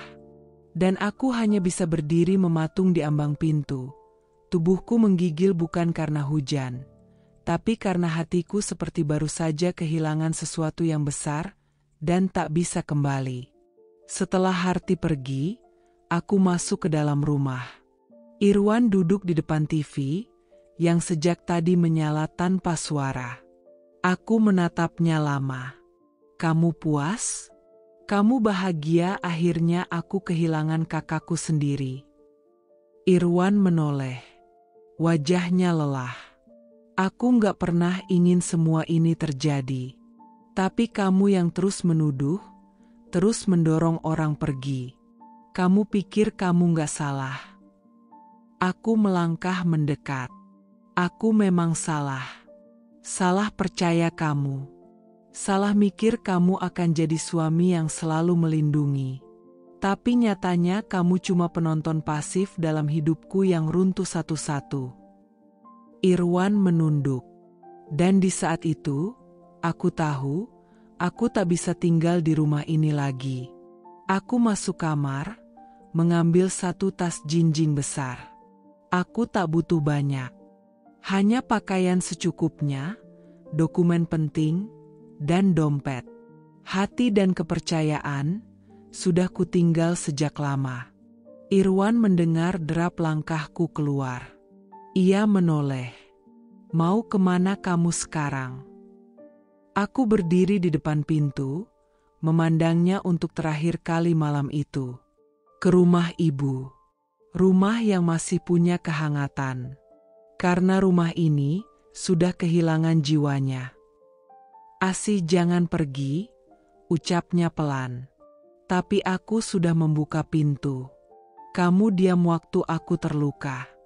Kamu diam waktu aku hampir gila menahan semuanya sendiri. Jadi sekarang, aku pilih pergi, biar kamu tahu rasanya ditinggal tanpa perlawanan. Lalu aku melangkah, tanpa menoleh. Membiarkan gerimis membasahi wajahku yang penuh air mata. Bukan karena menyesal, tapi karena aku baru saja melepaskan orang-orang yang paling kucintai. Karena mereka tak lagi memilihku. Malam itu, di rumah ibu, aku tidur di kamar kecil masa remajaku. Dindingnya masih dipenuhi stiker bunga dan foto-foto lawas. Tapi tak ada lagi kehangatan seperti dulu. Hanya sepi. Dan suara hujan yang terus mengguyur atap, seperti suara hatiku yang berisik tapi tak dipedulikan siapa-siapa. Dan untuk pertama kalinya dalam hidupku, aku benar-benar merasa sendiri. Seminggu sudah aku tinggal di rumah orang tua. Tapi waktu tak benar-benar menyembuhkan. Setiap pagi aku bangun dengan dada yang sesak. Seperti ada beban tak kasat mata yang terus menempel. Tidurku ringan, pikiranku riuh. Ibu, seperti biasa, tak pernah berhenti memberi nasihat lembut. Sih, kalau kamu terus diam, lukamu gak akan sembuh. Kamu boleh marah, tapi jangan sampai lupa memaafkan. Karena yang rugi, kamu sendiri. Aku hanya bisa mengangguk pelan. Tapi aku belum siap bicara. Belum siap membuka lagi luka yang bahkan belum sempat kering. Hari-hariku diisi dengan membantu ibu di dapur, membersihkan halaman, atau sekadar duduk di serambi, menatap pohon mangga yang buahnya mulai menguning. Kadang kupikir, hidup sesederhana itu seharusnya cukup. Tapi nyatanya, jiwa yang hancur tak bisa sembuh hanya dengan menyapu halaman. Sampai suatu sore, langit sedang mendung, angin berembus pelan, dan aku sedang menyiram tanaman di depan rumah ketika suara motor berhenti di depan pagar. Kupikir hanya tetangga. Tapi saat aku menoleh, tubuhku sontak kaku. Harti, berdiri di sana, mengenakan jilbab abu-abu, wajahnya letih, pucat tapi tegas. Dan di sebelahnya, Bima, mantan suaminya. Pria yang dulu membuat Harti hancur, yang kabarnya menikah lagi dan tinggal di kota sebelah. Apa yang mereka lakukan di sini? Bersama, Harti melangkah pelan ke dalam pagar. Aku masih terpaku. Asih, boleh kami masuk sebentar? Aku gak akan lama. Suaranya pelan, nyaris bergetar.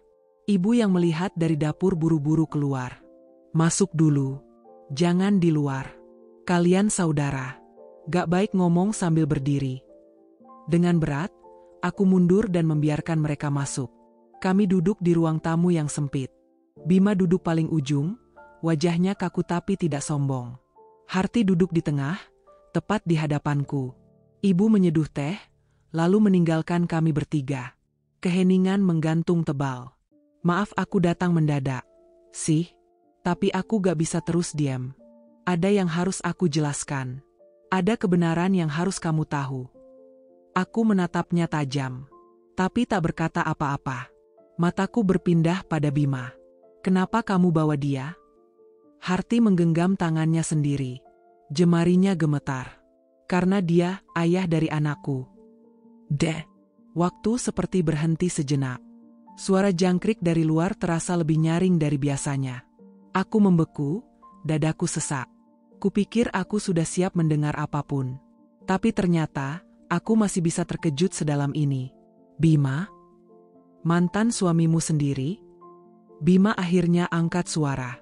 Suaranya berat, dalam. Aku tahu aku gak pantas muncul di sini. Aku pernah nyakitin Harti. Tapi hidup, kadang bawa kita ke titik terendah supaya kita ngerti arti dari penyesalan. Harti melanjutkan, waktu aku masih di Hong Kong, aku dan Bima sempat kontak lagi. Dia minta maaf atas masa lalu kami. Aku marah, aku benci, tapi entah kenapa, aku juga masih menyisakan rasa. Mataku panas. Tapi kali ini bukan marah. Campur aduk. Kecewa. Bingung. Lega yang setengah. Terus, setelah kamu pulang ke sini, kami ketemu lagi. Bima sedang proses cerai dengan istri keduanya. Aku pun waktu itu masih penuh luka. Kami bicara, pelan-pelan dan satu malam, aku hilaf. Sih, aku gak bangga. Aku bahkan menyesal. Tapi yang tumbuh di perutku ini, nyata. Dan itu bukan karena cinta sesaat, tapi karena aku lemah, dan dia pun tak lebih kuat. Bima menunduk. Aku tanggung jawab. Apapun yang Harti putuskan nanti, mau membesarkannya sendiri atau tidak, aku siap. Aku gak akan lari lagi. Aku mengusap wajahku yang basah oleh air mata. Kenapa kamu gak bilang dari awal? Har? Kenapa kamu biarkan aku menuduh Irwan? Kamu diam, kamu lari, kamu bikin aku pecah. Harti menunduk. Karena aku takut kamu lebih kecewa. Karena aku udah terlalu sering jadi bebanmu. Dan aku gak mau kamu tahu aku jatuh serendah ini lagi. Tapi ternyata diamku malah menyakitimu lebih dalam. Aku salah. Dan aku minta maaf. Aku menatap wajah kakakku. Sosok yang dulu kuteladani. Kakak sulung yang kuat, yang pernah jadi ibu pengganti waktu ibu sibuk di sawah. Yang menyekolahkan aku diam-diam dari gajinya di Hong Kong. Dan kali ini, dia duduk di hadapanku, rapuh, hancur, dan mengakui kesalahan tanpa pembelaan. Beberapa menit kemudian, aku bangkit. Membuka lemari di ruang tamu, dan mengambil satu selimut tipis. Lalu aku sodorkan ke Harti. Kalau kamu capek, istirahatlah di sini. Aku tahu perutmu gak boleh sering kena angin malam. Harti menatapku dengan mata membesar, air matanya jatuh. Sih, kamu masih mau terima aku? Aku mengangguk, meski masih dengan hati yang remuk. Aku gak tahu bisa langsung percaya lagi atau enggak. Tapi kamu tetap kakakku. Dan anak yang kamu kandung itu, tetap keponakanku. Harti menangis keras, memeluk selimut itu, seperti anak kecil yang baru menemukan rumah setelah tersesat. Di sudut ruangan, ibu menatap kami dari balik dapur. Matanya sembab, tapi bibirnya tersenyum. Malam itu, tak ada yang benar-benar sembuh. Tapi setidaknya keheningan mulai retak. Dan dari retakan itu, mungkin akan tumbuh harapan kecil. Malam itu, kami duduk di ruang tengah. Hanya ada lampu temaram dari lampu dinding, dan secangkir teh yang mendingin di meja. Aku duduk di ujung kursi rotan, sementara Harti dan Bima duduk berdampingan di karpet, berjarak dariku, seolah tak ingin mengusik dinding emosi yang masih kukunci rapat. Wajah Harti sembab, tapi kali ini tak lagi mencoba menyembunyikan luka. Tangannya menggenggam muk hangat yang belum ia minum sedikit pun. Sementara Bima, dengan kepala sedikit tertunduk, seperti seseorang yang sedang menunggu vonis dari pengadilan hati. Akhirnya, suara Harti memecah sunyi. Waktu kamu kerja, sih, Bima datang ke rumah. Diam-diam. Waktu itu kamu lagi ke sekolah. Dia ngetuk pintu, dan aku yang bukain. Aku menatapnya dalam diam. Tak bicara. Tak mengangguk. Tapi aku dengar. Dia bilang dia nyesel. Bilang masih mikirin aku, dan gak bisa hidup tenang setelah ninggalin aku. Dia udah ribut sama istri keduanya, katanya mau cerai. Aku gak percaya, awalnya. Tapi dia terus datang. Terus minta maaf. Dan aku lemah, sih. Aku jatuh di saat aku belum bangkit. Matanya berkaca. Ia menunduk, mencoba menahan tangis. Aku tahu itu salah. Salah besar. Aku harusnya cerita. Tapi aku takut. Takut kamu merasa dikhianati 2 kali. Aku takut kamu mikir aku pengkhianat di rumahmu sendiri. Aku menahan napas. Dadaku seperti diikat. Lalu, suara Bima menyusul. Lebih berat. Lebih menyesal. Aku yang salah. Semuanya. Aku yang datang sembunyi-sembunyi. Aku yang ngajak dia bicara di belakang kamu. Aku pikir, aku bisa memperbaiki semuanya. Tapi ternyata, yang aku rusak lebih banyak. Ia menarik napas panjang, matanya mulai basah. Aku gak datang buat minta kalian maafin aku. Aku datang buat tanggung jawab. Anak itu, bayi yang dikandung Harti, darahku. Dan aku gak akan lari lagi. Aku cuma minta satu, beri kami kesempatan menata hidup, meski caranya berantakan. Aku masih diam. Tanganku meremas kain baju yang kupakai. Lidahku keluh, tapi pikiranku ribut. Semua kecurigaanku ke Irwan salah. Semua kemarahanku, tuduhan, bentakan, ternyata untuk orang yang tak melakukan apa-apa. Hatiku bergetar, bukan karena lega, tapi karena malu. Sangat malu. Kak, kenapa kamu diam waktu aku tuduh Irwan? Kenapa kamu gak bilang dari awal? Kamu tahu gak? Aku sampai usir kamu. Aku tinggalin suamiku. Aku tuduh dia seburuk-buruknya. Harti mengangkat wajahnya perlahan, air matanya jatuh lagi. Karena aku pikir, aku pantas disalahkan. Karena memang aku salah. Dan karena aku tahu, bahkan kalau aku bilang yang sebenarnya, kamu tetap akan terluka. Jadi aku memilih diam, meski itu membuatku terlihat seperti monster. Tangisku pecah. Aku menutup wajahku dengan kedua tangan. Aku merasa sangat hancur. Segala amarah yang kubangun tiba-tiba runtuh menjadi debu, dan kini yang tersisa hanyalah puing-puing penyesalan. Aku jahat. Aku udah salah paham sama Irwan. Aku udah hancurkan rumah tanggaku sendiri karena ketakutan yang aku ciptakan sendiri. Bima ikut berdiri. Kalau kamu mau, aku dan Harti bisa pergi. Kami gak akan ganggu. Tapi tolong, jangan hancurkan hidupmu sendiri karena kesalahan kami. Jangan biarkan ini semua menghancurkanmu juga. Aku menggeleng. Bukan kalian yang hancurkan aku, tapi aku sendiri. Karena terlalu cepat menuduh. Terlalu mudah percaya pada kecemasan. Malam itu, setelah mereka pulang, aku duduk lama di serambi. Ibu hanya mengusap bahuku pelan sambil membawakan air putih. Kadang kebenaran datangnya lambat, sih. Tapi hati yang bersih tetap bisa mengenalinya, meski terlambat. Sekarang tinggal kamu, mau tetap larut dalam sesal, atau mau memperbaiki yang masih bisa diperbaiki. Aku hanya mengangguk. Dan malam itu, aku menatap bintang-bintang di langit yang mulai terang setelah hujan. Seolah semesta pun sedang menata ulang semuanya. Dari badai, menuju ketenangan. Tapi pertanyaannya adalah, apakah Irwan mau mendengarkan penjelasanku? Atau semua sudah terlambat? Matahari pagi belum tinggi saat aku memutuskan kembali ke rumah kami. Tas jinjing berisi beberapa baju ku kepit erat di tangan. Jalan setapak menuju rumah tampak asing setelah seminggu ku tinggalkan. Seakan dinding dan pintu-pintu itu menyimpan luka yang kutinggalkan tanpa pamit. Aku berdiri cukup lama di depan pintu. Rumah ini dulu hangat, penuh tawa, meski kecil. Tapi setelah semua yang terjadi, entah masih pantas disebut rumah. Kuketikan kode gembok yang masih sama. Kubuka pintu perlahan. Aroma kayu, Bau sabun cuci, dan sisa-sisa keberadaan Irwan masih terasa. Tapi, rumah ini kosong. Kutatap ruang tamu, sofa yang dulu kami duduki setiap malam, dapur kecil tempatku biasa menyeduh teh. Semua hening. Sepi. Kutatakan langkah ke rumah sebelah. Bu Yuni, tetangga kami, sedang menyapu halaman. Bu Yuni, Irwan kemana ya? Kok gak di rumah? Bu Yuni mendekat. Oh, Irwan sering tidur di bengkel sekarang. Sih, katanya males pulang. Dia bilang kamu masih di rumah ibu. Kamu udah pulang? Aku mengangguk pelan. Bilang sama dia aku nyari ya, Bu. Mau ngomong. Ya sudah, ke bengkel aja langsung. Biasanya dia di sana sampai malam.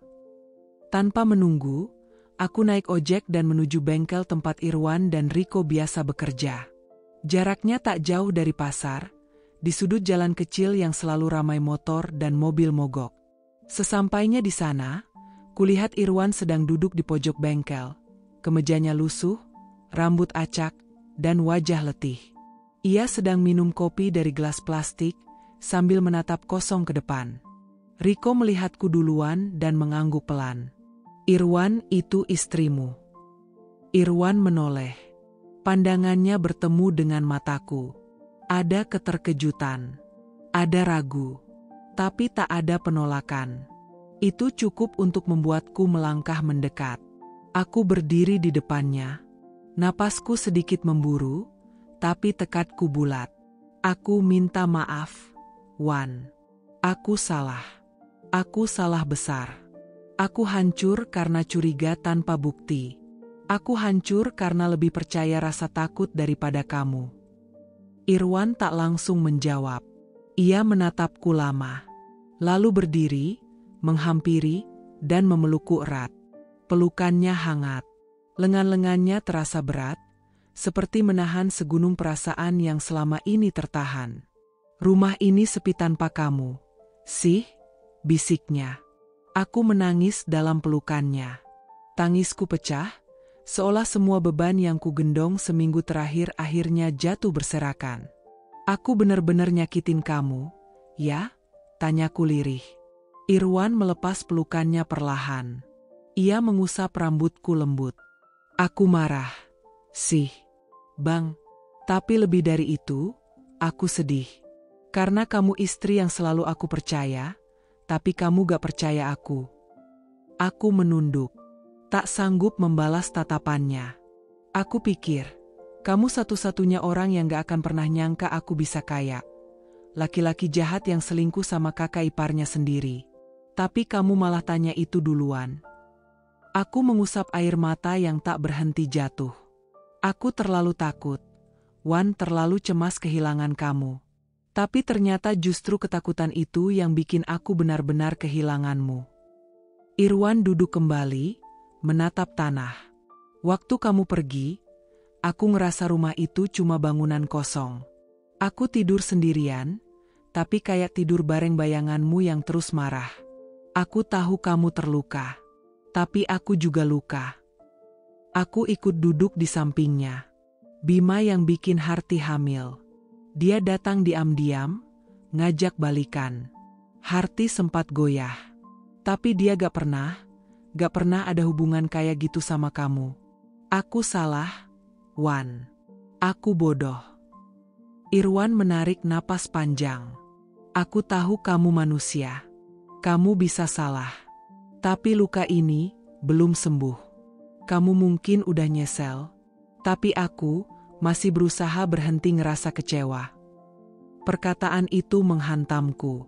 Tapi aku tahu, aku pantas menerimanya. Kamu butuh waktu, aku siap nunggu.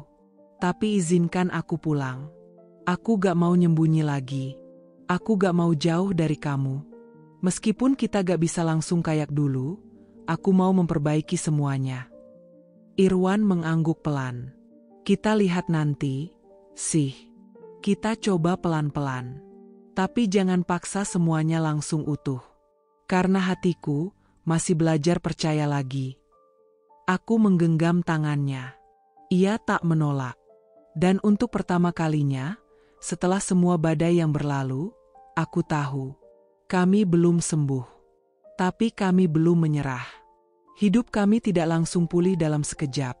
Seperti mimpi yang berakhir bahagia begitu saja. Tidak. Memaafkan itu proses. Memulai ulang itu perjuangan. Setelah percakapan panjang di bengkel sore itu, aku dan Irwan memutuskan untuk kembali ke rumah bersama. Tapi kami tahu, kami tidak bisa berpura-pura semua baik-baik saja. Kami terlalu rusak untuk menipu diri sendiri. Malam pertama kami pulang, aku membereskan kamar tidur kami perlahan. Spray yang kusut, foto pernikahan di dinding yang sempat miring karena terpukul waktu aku mengemasi barang, kusentuh dengan hati yang berbeda. Irwan hanya berdiri di ambang pintu kamar, menatapku diam. Kamu boleh tidur di kamar. Aku bisa di ruang tamu dulu kalau kamu belum nyaman. Ujarku, menatapnya penuh pengertian. Ia menggeleng pelan. Aku gak pengen tidur sendiri lagi, tapi kalau kamu belum bisa, gak apa-apa juga. Kita belajar bareng lagi, ya? Pelan-pelan. Dia tersenyum. Senyum kecil. Tapi aku tahu, dari situ semua akan dimulai. Beberapa hari kemudian, Harti datang ke rumah dengan membawa plastik isi makanan. Ia mengenakan gamis sederhana, wajahnya tampak lebih sehat meski kehamilannya kini mulai terlihat. Aku cuma mampir, bawain pepes kesukaanmu, sih. Aku tinggal di rumah Mbak Wulan sampai lahiran nanti. Aku gak mau ganggu kalian. Irwan mencium keningku. Lengkap bukan karena besar atau mewah, tapi karena isinya saling menyembuhkan. Aku mengangguk, menatap Rasya. Dalam hati aku berbisik pelan. Selamat datang, Rasya. Kamu tidak lahir dari tubuhku, tapi kamu tumbuh dari cintaku. Dari harapan yang dulu nyaris padam, dan kini menyala lagi karenamu. Kini, aku tak lagi mendamba kesempurnaan. Dulu, aku berpikir rumah tangga yang bahagia adalah yang tanpa masalah, tanpa goresan, dan penuh tawa di setiap sudutnya. Tapi hidup mengajariku pelan-pelan, bahwa rumah sejati justru dibangun dari reruntuhan yang diperbaiki bersama-sama. Cukuplah kami punya rumah kecil ini, dengan dinding yang pernah menyimpan tangis, dengan ruang tamu yang pernah terasa hampa, tapi kini dipenuhi suara tawa kecil seorang bayi yang kami cintai sepenuh jiwa. Cukuplah aku punya suami yang tak sempurna, tapi memilih tinggal meski sempat disakiti oleh prasangkaku sendiri. Pria yang bukan hanya mencintaiku saat aku cantik dan ceria, tapi tetap menggenggam tanganku saat aku berubah menjadi perempuan yang cemas dan penuh luka. Dan cukuplah aku punya keluarga, meski caranya utuh tak seperti yang dulu kubayangkan. Karena kadang, keselamatan cinta bukan datang dari awal yang mulus, tapi dari keberanian untuk mengakui, ya, aku salah. Tapi aku ingin memperbaiki. Aku, Asih. Perempuan biasa yang jatuh karena curiga, tapi bangkit karena keberanian mencintai lebih dewasa. Istri yang pernah melukai dengan kata-kata, tapi juga belajar menyembuhkan dengan pelukan. Ibu dari seorang anak bernama Rasya, rahmat dalam wujud paling kecil dan paling suci. Ini bukan kisah sempurna, tapi ini kisah nyata. Tentang cinta yang hampir patah, tapi tak pernah dilepaskan. Tentang luka yang tidak dilupakan, tapi dimaafkan. Dan tentang kebahagiaan, bukan karena siapa yang datang, tapi siapa yang tetap tinggal dan memilih bertahan.